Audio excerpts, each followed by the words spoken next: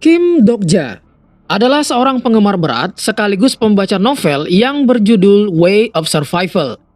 Saking sukanya, dia bahkan sudah tahu keseluruhan cerita novel dari awal sampai akhir.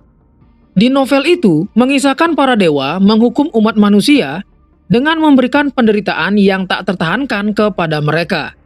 Dan saat dunia akan hancur, muncullah tokoh utama yang bernama Yoo Jong Hyuk bersama teman-temannya berjuang untuk mengatasi kesulitan bersama. Tapi lama-kelamaan novel itu banyak mendapatkan kritikan karena alur yang kurang realistis.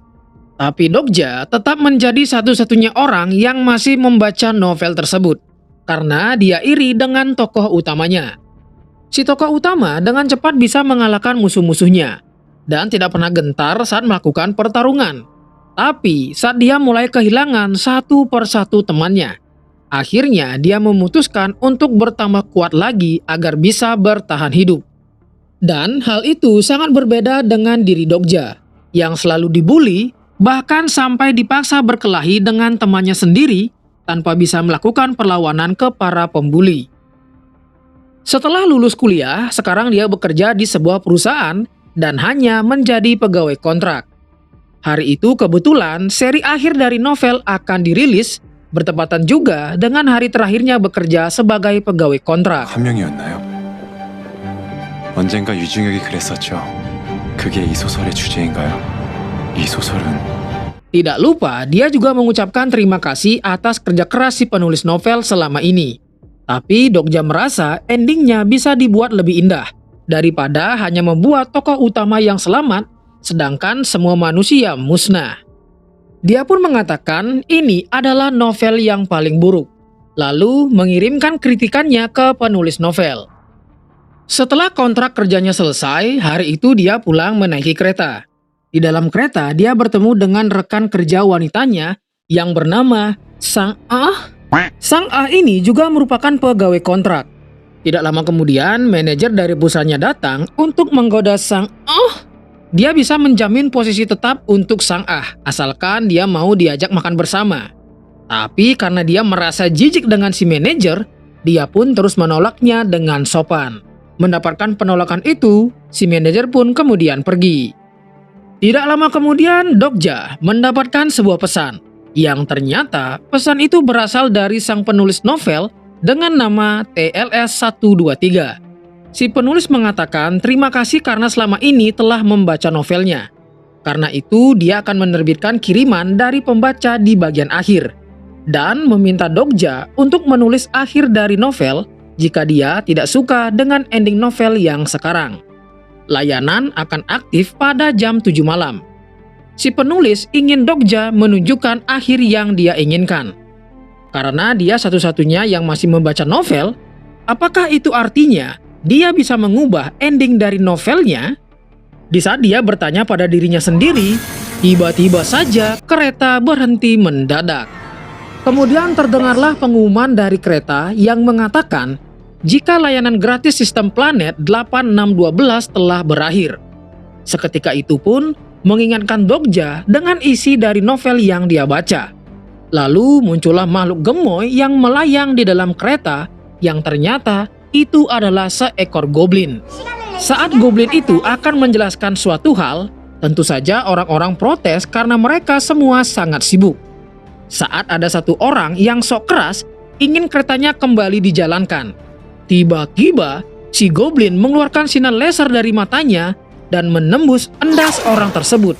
Dan orang itu pun langsung tutup usia saat itu juga. Semua orang pun mulai panik melihat kejadian itu. Si goblin lanjut menjelaskan, jika para dewa telah memutuskan untuk menghukum umat manusia, yang mana manusia adalah ras paling hina dan mementingkan diri sendiri di seluruh alam semesta. Mulai sekarang umat manusia akan menghadapi sebuah skenario untuk bertahan hidup. Dan skenario pertama yang harus mereka lakukan adalah membunuh satu makhluk atau lebih. Hadiahnya adalah 300 koin. Dan batas waktunya hanya 10 menit. Jika mereka gagal, artinya mereka akan mati. Saat semua orang masih bingung dengan apa yang terjadi, Dokja kemudian melihat anak kecil yang membawa sekotak kaca yang berisi semut. Tiba-tiba situasi menjadi mencekam saat ada orang yang mulai menghajar orang lain untuk bertahan hidup. Hal itu pun memicu orang lain melakukan hal yang sama. Sebelum skenario itu selesai, maka akan ada tembok pembatas yang membuat mereka tidak bisa pergi kemana-mana. Di saat itu juga, Dokja melihat tokoh utama dari novel, yaitu Abang Minho. Di sini barulah Dokja tahu jika novel yang dia baca telah menjadi kenyataan. Itu artinya dia juga tahu semua yang akan terjadi termasuk endingnya. Saat melihat kotak kaca berisi semut, dia pun punya cara untuk menyelesaikan skenarionya. Pertama, dia memberikan beberapa semut kepada sang karena situasi chaos, suaranya tidak didengar oleh orang-orang. Kemudian dia pun membunuh satu semut dan sistem langsung mengatakan jika satu orang sudah berhasil menyelesaikan skenario. Ternyata yang disebut makhluk itu tidak berarti harus manusia, tetapi makhluk apapun juga bisa, termasuk semut. Karena stok semut tidak cukup untuk semua orang, orang-orang pun mulai berebut menginginkannya. Kemudian datanglah si manajer kampret ingin menguasai semua semut. Semua orang pun kembali berebutan. 자기야, 그건 맞는데 지금 사람들이. Dokja yang melihat satu orang berusaha membunuh seorang nenek. Dia pun berusaha menyelamatkannya. Tapi dia baru sadar jika orang itu adalah salah satu orang yang menjadi teman dari tokoh utama yang bernama Kim Nam Ham. Karena Dokja ini cupu, dia baru teringat jika koin yang dia dapatkan bisa ditukarkan dengan pilihan yang dia mau.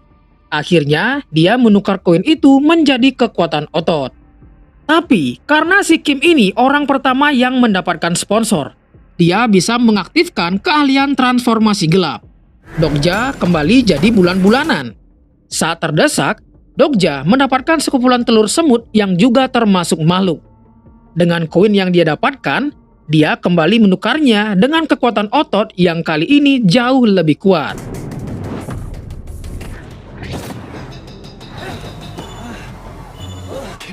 마음이 바뀌었어.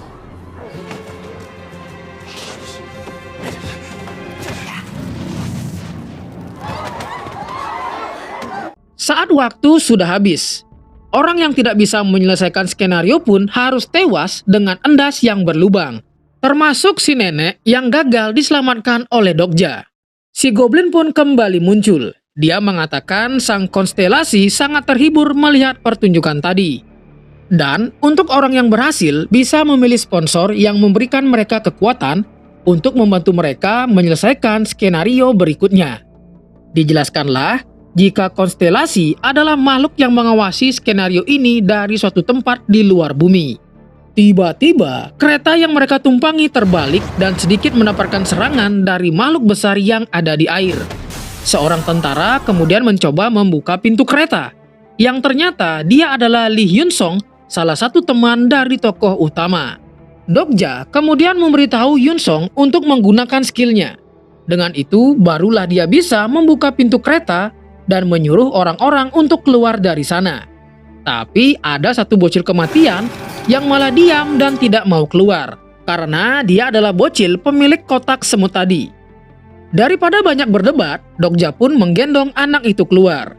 Dan anak itu bernama Lee Gilyong.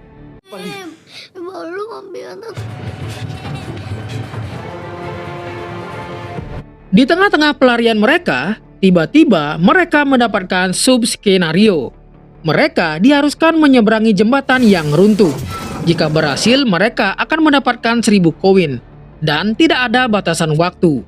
Agar menjadi lebih menarik, si Goblin kemudian menjadikan orang yang gagal tadi menjadi zombie untuk mengejar mereka.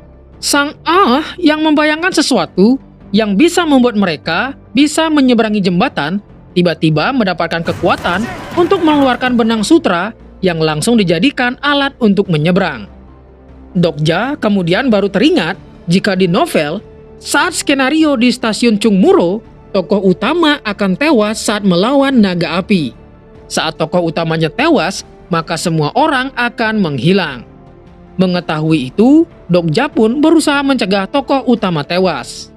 Tapi karena dia tidak mungkin bisa mengalahkan naga api seorang diri, dia pun mencoba memberitahu Junhyuk jika saat di stasiun nanti Junhyuk akan tewas saat melawan naga api. Tapi Junhyuk yang tidak percaya dengan perkataan Dokja pun menjatuhkannya dari jembatan dan langsung dilahap oleh makhluk laut tersebut. Jika memang Dokja bisa melihat masa depan, dia pasti bisa keluar dari tubuh si makhluk. Dan jika itu terjadi, mungkin Junhyuk akan mempertimbangkan omongan dari Dokja. 전 한참 걸릴 거고요. 대신 거짓 단파 스킬을 사용합니다.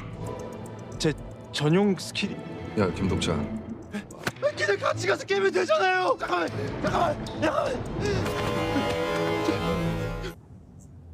이런 거 버려봐. 며칠 뒤 유중혁은 내가 Saat berada di lambung sang makhluk, di sana ternyata ada skenario tersembunyi. Jika Dokja bisa membunuh si makhluk, dia akan mendapatkan 9.000 koin. Jika gagal, dia akan mati. Dan batas waktunya 48 jam.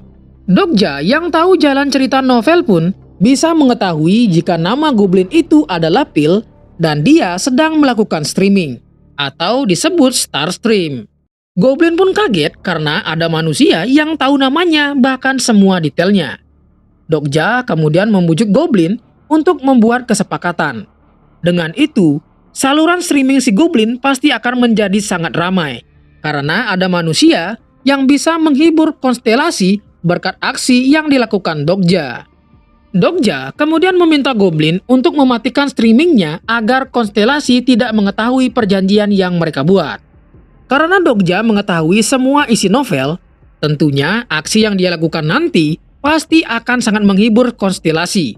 Dan si Goblin yang menayangkan hal itu mungkin bisa menjadi Raja Goblin. Melihat aksi yang dilakukan Dokja, ternyata selama itu si Goblin yang menayangkan aksi Dokja telah mendapatkan banyak sponsor dari konstelasi.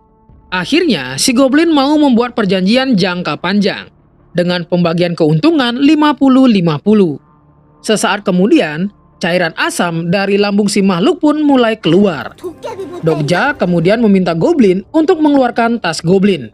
Si Goblin kembali kaget karena Dokja mengetahui hal itu. Di dalam tas Goblin, Dokja bisa membeli dan menjual barang yang dia inginkan. Dia kemudian memilih duri babi batu untuk menyumat semua lubang cairan asam dari si makhluk. Dengan begitu, dia bisa membunuh si makhluk. Setelah usaha kerasnya, akhirnya Dokja berhasil membunuh si makhluk. Dia kemudian mengambil bola inti dari si makhluk dan meminta Goblin untuk menyimpannya untuk ditukarkan dengan orang yang mau menukarkan item yang diperlukan oleh Dokja. Dan item yang diinginkan Dokja adalah Ether of Fate. Goblin kemudian memberikan hadiah paket pemula pada Dokja. Siapa tahu akan berguna saat dia keluar dari perut si makhluk. Dokja kemudian pergi ke stasiun Chungmuro untuk menemui Jonghyuk. 좀 만나야 될 사람이 있어. Singkat cerita, sekarang dia sedang berada di sebuah toko untuk mengisi perutnya yang lapar. Tidak sengaja dia juga menemukan orang yang masih selamat. Tapi tiba-tiba seekor belalang raksasa mengejarnya. Dia pun lari sambil menggendong orang itu. Dan beruntungnya mereka masih selamat. Wanita yang diselamatkan Dokja bernama Jong Haewon. Kemudian muncul beberapa orang yang ternyata mereka jugalah yang ingin membunuh Haewon dan teman-temannya. Dokja yang sudah memiliki banyak koin pun menukarkan 1.500 koin untuk kekuatan otot. Tapi mereka keburu dihentikan oleh seseorang. Bersamaan dengan itu, ternyata Sang Ah dan yang lainnya juga berada di sana. Saat mereka berkumpul kembali, Dokja merasa heran karena ternyata Jonghyuk belum pergi ke stasiun Chungmuro. Ternyata skenario di tempat Dokja berada sekarang, tepatnya di stasiun Geumho, belum terselesaikan. Dengan begitu, Dokja tidak akan bisa maju ke stasiun Chungmuro. Karena skenario di stasiun itu adalah menyerahkan pajak berupa 100 koin. Warga yang diberitahu oleh pria berdasi jika Dokja memiliki banyak koin pun meminta Dokja untuk membagikan koin miliknya kepada orang-orang. Tapi saat itu juga Dokja baru ingat siapa sosok si pria berdasi, yang ternyata adalah Chon In-ho seorang monster yang meninggalkan hak untuk menjadi manusia. Tentu saja, Dokja tidak mau memberikan koinnya kepada monster, tapi dia akan menyelesaikan misi di stasiun ini untuk membantu, di mana mereka diharuskan untuk membasmi para monster yang ada di sana, dengan tidak ada batasan waktu dan hadiah 5.000 koin. Sebelum berangkat untuk menyelesaikan skenario, Dokja ingat jika wanita yang ditolongnya telah kehilangan teman-temannya saat melawan Chon In-ho dan mati di Toserba, tapi Dokja menyelamatkannya. Sekarang, dia hanyalah orang yang diselimuti amarah yang murni untuk balas dendam ke pria berdasi yang menjadi dalang dari semuanya, yang sengaja tidak menyelesaikan skenario agar menjadi penguasa di stasiun itu dan mengambil koin orang-orang yang tewas. Saat berada di rel yang sangat gelap, Gilyong yang sekarang memiliki skill mengendalikan hewan pun mengumpulkan kunang-kunang untuk menerangi jalan mereka. Tapi tidak lama kemudian para monster pun datang menyerang mereka. Sayangnya, Sang Ah berhasil diculik oleh monster. Setelah mengejar monster yang membawa Sang Ah, tibalah mereka di sarang bos monster. 오케이. 저걸 딱. 여기로 가면 막 엄청 센 괴물. 내가 신이면 이러고 있겠냐? 씨, 거기 계세요? 땅강아쥐 지사장이 Mereka pun adu mekanik dengan si monster. Saat si monster merasa terdesak, dia mengeluarkan jurusnya, yaitu sebuah penjara phantom, yang membuat orang yang terkena jatuh ke dalam hal yang paling ditakutinya dan disiksa sampai mati. Kita pun diperlihatkan ketakutan terdalam dari Haiwon dan si tentara. Saat kondisi terdesak, Dokja memanggil si goblin untuk membeli item. Item yang Dokja beli adalah energi murni putih yang. Dengan item itu, akhirnya Dokja berhasil menghabisi si makhluk. 가능해집니다.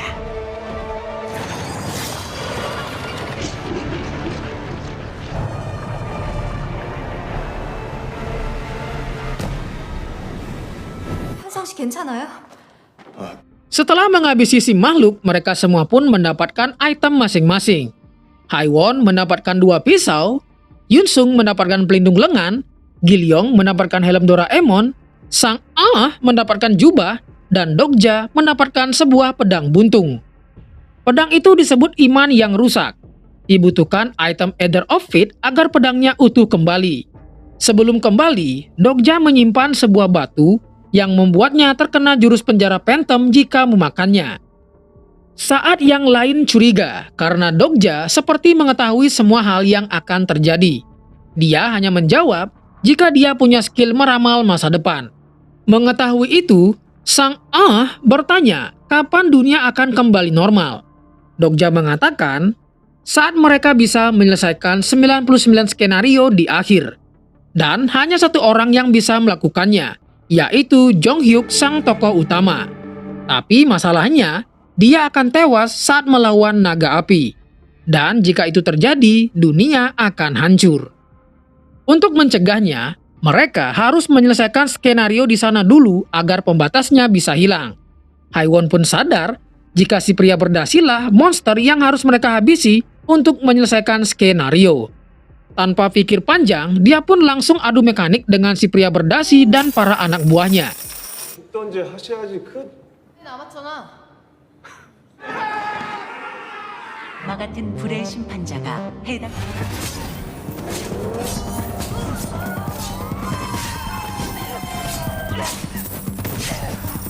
Si pria berdasi yang ternyata lengan kanannya bisa berubah menjadi lengan monster sedikit membuat Haiwon kerepotan.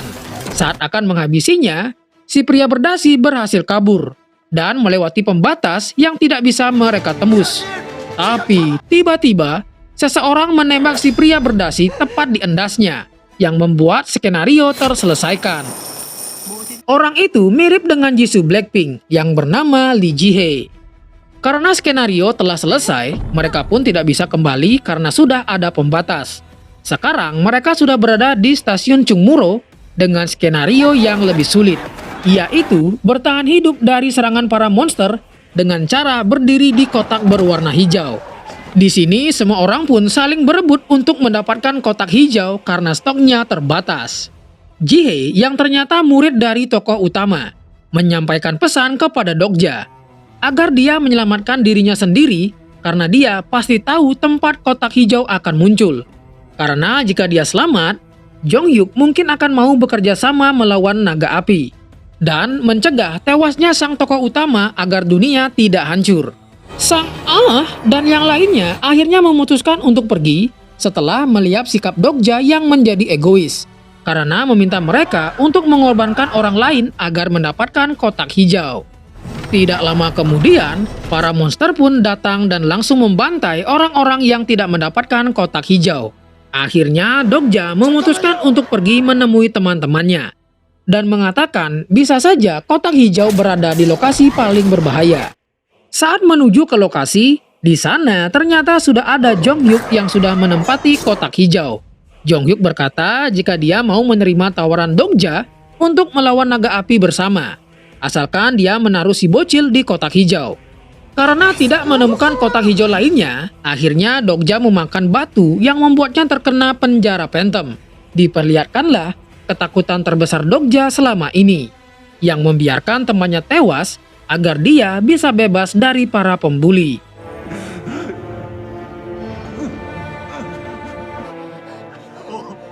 하겠습니다. 오늘 그 결말을 보기 전까지. Singkat cerita, akhirnya Dokja tersadar dari pingsannya. Dia pun baru mengetahui jika teman-temannya mati-matian melindunginya dari serangan monster selama 3 hari. Bahkan si tentara sampai terluka cukup parah. Dokja kemudian mengatakan jika hari ini naga api akan muncul sekaligus tewasnya tokoh utama. Sadar temannya rela berkorban demi dirinya, Dokja memutuskan untuk melawan naga api untuk mencegah tokoh utama tewas dengan cara menghancurkan bola inti sang naga yang ada di dadanya. Itulah kelemahan sang naga. 고맙습니다. Sementara itu, saat skenario akan dimulai, Goblin yang bertugas di sana akhirnya mengubah peraturan agar acara semakin menarik. Dia pun hanya memberikan 1 kotak hijau kepada orang yang paling banyak memiliki koin, yaitu kepada si paman. Dokja yang sudah tersadar dengan sikapnya pun menghampiri si paman dan membeli kotak hijaunya dengan harga 100.000 koin. Setelah kotak berpindah, Dokja langsung mencoba untuk menghancurkannya. Karena lumayan susah, Jihe yang melihat itu pun membantu Dokja menghancurkan kotak itu dengan tembakannya. Setelah tidak ada tempat yang aman, Dokja yang sudah mentransfer koin yang sangat banyak ke si paman, kemudian meminta si paman untuk membantunya melawan monster. Ternyata si paman mempunyai item sebuah senjata mesin, dan langsung menembaki para monster yang terus bermunculan. Ketika mereka semua berusaha melawan serangan para monster, sang naga api pun akhirnya muncul. Jong-hyuk yang sudah ada di sana pun langsung melawan sang naga api. Ketika Jong-hyuk melawan naga api, terlihat dia bisa dengan mudah menghadapinya. Tapi karena sistem mendeteksi dia sebagai manusia dengan kemampuan yang tidak normal, akhirnya naga api pun mendapatkan upgrade ke versi yang jauh lebih kuat. Dan tingkat kesulitan skenario juga ikut bertambah. Hal itu pun membuat Jong-hyuk kesulitan melawan sang naga api.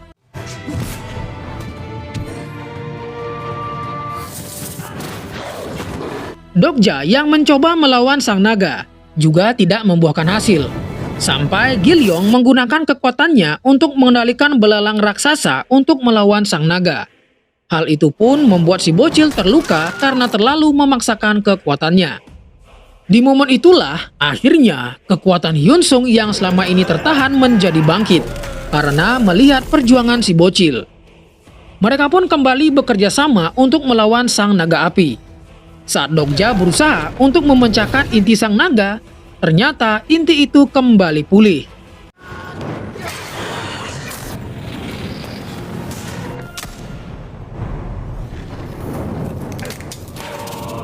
자씨,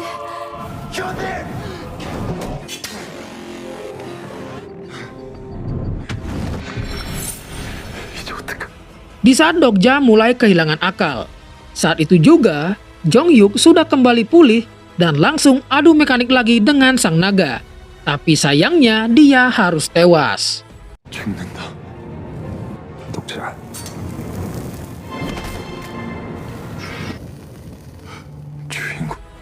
Ketika Dokja merasa putus asa, tiba-tiba sang penulis menukarkan Ether of Fate dengan bola inti makhluk laut yang dimiliki Dokja, yang membuat pedangnya kembali utuh. Dengan kerjasama dari teman-temannya, akhirnya Dokja berhasil mengalahkan naga api dengan menghancurkan inti sang naga.